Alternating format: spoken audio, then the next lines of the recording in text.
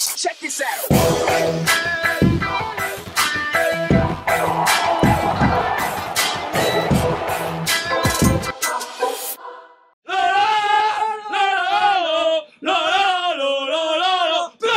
Bienvenue aux abonnés et bien sûr aux futurs abonnés de PSG Fan TV. Évidemment, notre communauté est amenée à évoluer et à s'agrandir peu à peu. D'ailleurs, abonne-toi dès maintenant. Ça serait la bonne idée de la journée. Bref, depuis le 9 juin, le mercato a enfin ouvert ses portes. Et il y a eu déjà pas mal de mouvements dans le banc parisien. Le staff parisien est sur le qui-vive pour trouver la bonne affaire, la petite pépite qui fera la différence pour la saison à venir, tout en respectant bien sûr le fair play financier. Le fair play financier. On se fera avoir un de ces jours. Mais le club tel que le Paris Saint-Germain doit aussi faire face aux aléas qui l'entourent, tels que les rumeurs engendrées par les médias, la DNCG, les institutions européennes, les exigences des joueurs, ainsi que ceux de leur entourage, mais aussi de leur manager. Et je vous parle pas du mécontentement des clubs rivaux. Si vous voyez ce que je veux dire. Bref, tout autant de paramètres et d'acteurs qui mettent à mal nos espoirs de gloire et qui prennent également en otage nos émotions futures. J'ai le réel plaisir d'animer en votre compagnie tout au long de ce mercato estival cette nouvelle rubrique qui s'intitulera Si nous revenons un peu en arrière, depuis mi-juin, l'instance européenne a imposé au club parisien de trouver 51 millions d'euros. Le défi est de taille. 15 jours pour trouver 51 millions d'euros. Le chrono est lancé.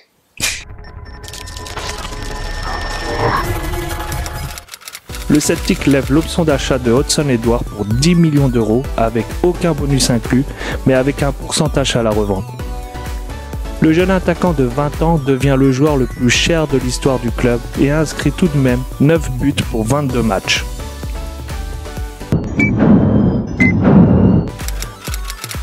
Le 26 juin, la Roma officialise l'arrivée de Javier Pastore pour un montant de 24,7 millions d'euros.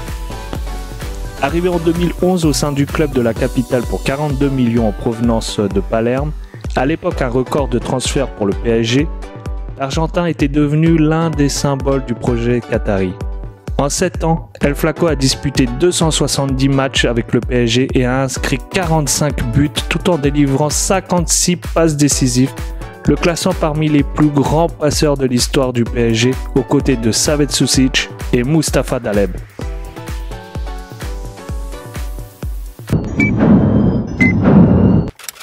Le 30 juin, Yuri Berčić signe avec son club formateur, l'Athletic Bilbao, pour 23 voire 25 millions bonus inclus. Le PSG fait une excellente affaire sachant que le club l'a acheté pour 13 millions plus 3 de bonus pour seulement 19 titularisations. La concurrence avec l'Atlético de Madrid dans ce dossier a aidé à faire grimper les enchères. On peut dire merci aux Espagnols de nous avoir retiré une grosse épine du pied. Si on fait maintenant le calcul, 10 millions pour Hudson-Edouard, plus 24 millions,7 pour Pastore et 23 millions pour Yuri Berčić. Ce qui nous fait un total de 57,7 millions d'euros avant le 30 juin. Le défi est nettement atteint. J'ai un peu pété les plombs là. Cette première vidéo de fouteur de troubles arrive à son terme. On se retrouvera bien sûr dans une nouvelle vidéo où on traitera plus des rumeurs ainsi que des infos dans le camp parisien. D'ici là, n'hésitez pas à lâcher quelques commentaires et surtout à répondre à quelques questions que je vous pose, telles que est-ce que les joueurs vendus créeront un trou dans l'effectif? Ainsi que Berčić symbolise-t-il l'échec du système de jeu imposé par Emery? Et surtout pour cette dernière question, et qui n'est pas des moindres, êtes-vous déçu au final du passage de Pastore dans le club parisien? N'hésitez pas à y répondre, lâchez quelques commentaires, vos avis nous intéressent et surtout comptent. D'ici là les gars, je vous souhaite une bonne fin de journée. Ciao!